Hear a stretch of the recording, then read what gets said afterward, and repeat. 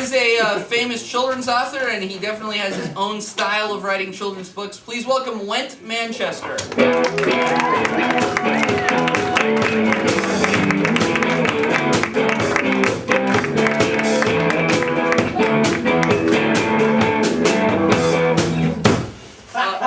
Went, what is going on with you guys tonight?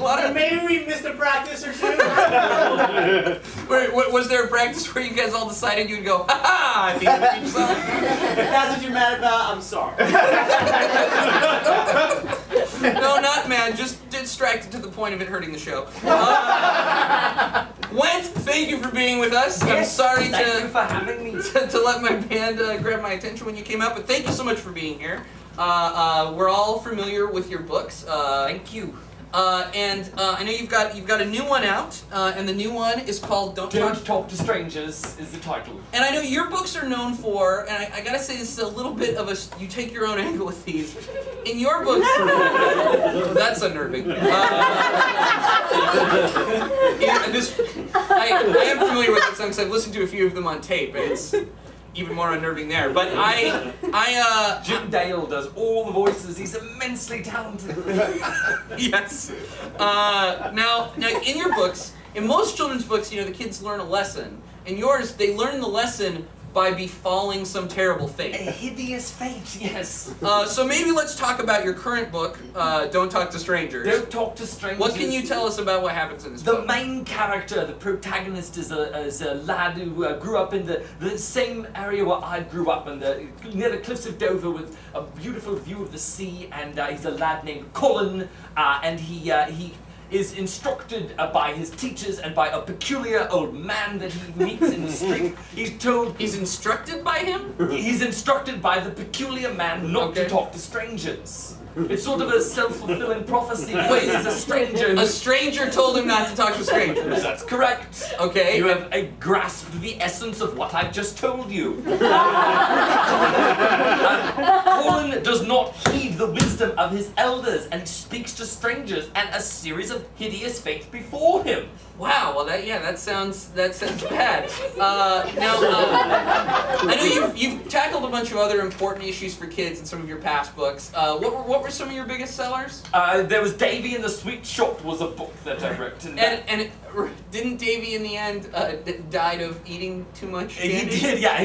He won a competition that all the children in the world wanted to win about who could eat the most sweets at one moment. There's this diabolical sweetsmith who has the competition. He's the master sweet crafter. And when Davy wins it, his prize is he can eat sweets, but he may never stop. Wait, that's a prize? Everyone's in the arena to watch Davy capture his prize, his grand trophy. Now, what did he have? I know this probably has nothing to do with the lesson, but what did he do to win the prize? What did he do to win it? Adam, does your preparation not include reading any of my books? It absolutely does not. Very good. He composes a sonnet.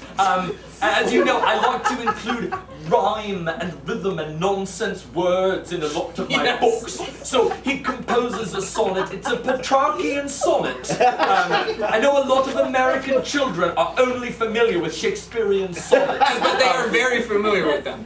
You're right. I feel like just the additional couplet at the end of a Petrarchian sonnet really makes it a better venue for children's literature. I'm sure it does, and I gotta say, sometimes your inclusion of nonsense words muddies the point of the lesson occasionally, because you say, like, don't talk to strangers, and also, don't toggle a schnoz.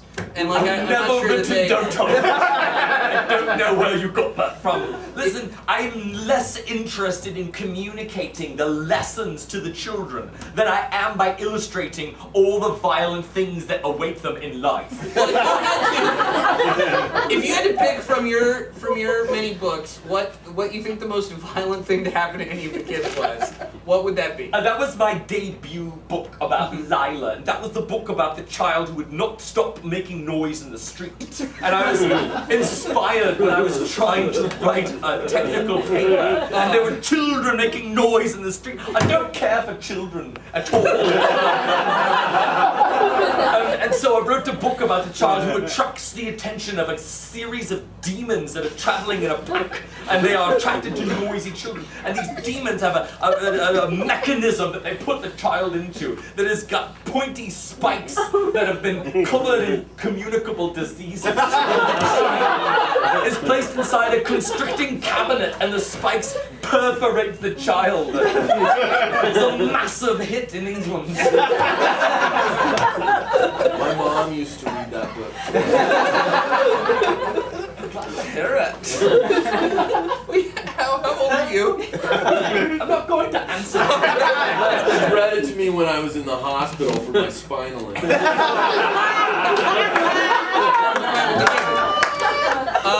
She's writing a book about a child who loses a fight with a gibbon. And what sort of Gibbon triumphs. Yeah. And wears the child's innards as a crown. It's in rhyming couplets. You know what? So gibbon rhymes with ribbon, it's the entrails. You know, and speaking of rhyming, to encourage people to buy your newest book, the Don't Talk to Strangers book, we're going to have you read just a little bit of it, which I'm excited to hear. We've got a copy of it right here. Ah, very good. We didn't plan ahead enough to not set that before your segment, so you can tell that we really run a tight ship. But is there anything we need to know about what part of the book this is that we're This is starting? the maybe sabotaging sales. I suppose I've been paid a healthy advance. I can tell you, children do not watch this, so that you won't Very be- good. Well, this is the climactic finish of the book. in Okay, which great. Colin is being instructed why he should not talk to strangers as he's being placed on an ice floe and pushed out to sea. Okay, all right. So here it is. Here's "Don't Talk to Strangers" with Went Manchester. Don't talk to strangers. Don't talk to strangers. This action contains concomitant dangers. I like the children to learn new vocabulary. If when speaking to someone you never have met, a horrible fate will befall you, you bet. Speak to your mother and speak to your neighbor, but strangers will cause greater pain than even labor. Labor pains are painful, but not nearly as painful as the things that have happened to Colin early in this book. It's largely, for this book, I was heavily influenced by the Saw series of films. Had you not struck up a conversation with someone whom you had not made their acquaintance, I would not have put electrical clips connecting a car battery to your lips. So now I am pushing you out on a floe into the Arctic Sea. That is where you'll go. The saddest child that ever there was is you, Colin, and please don't toggle a schnoz.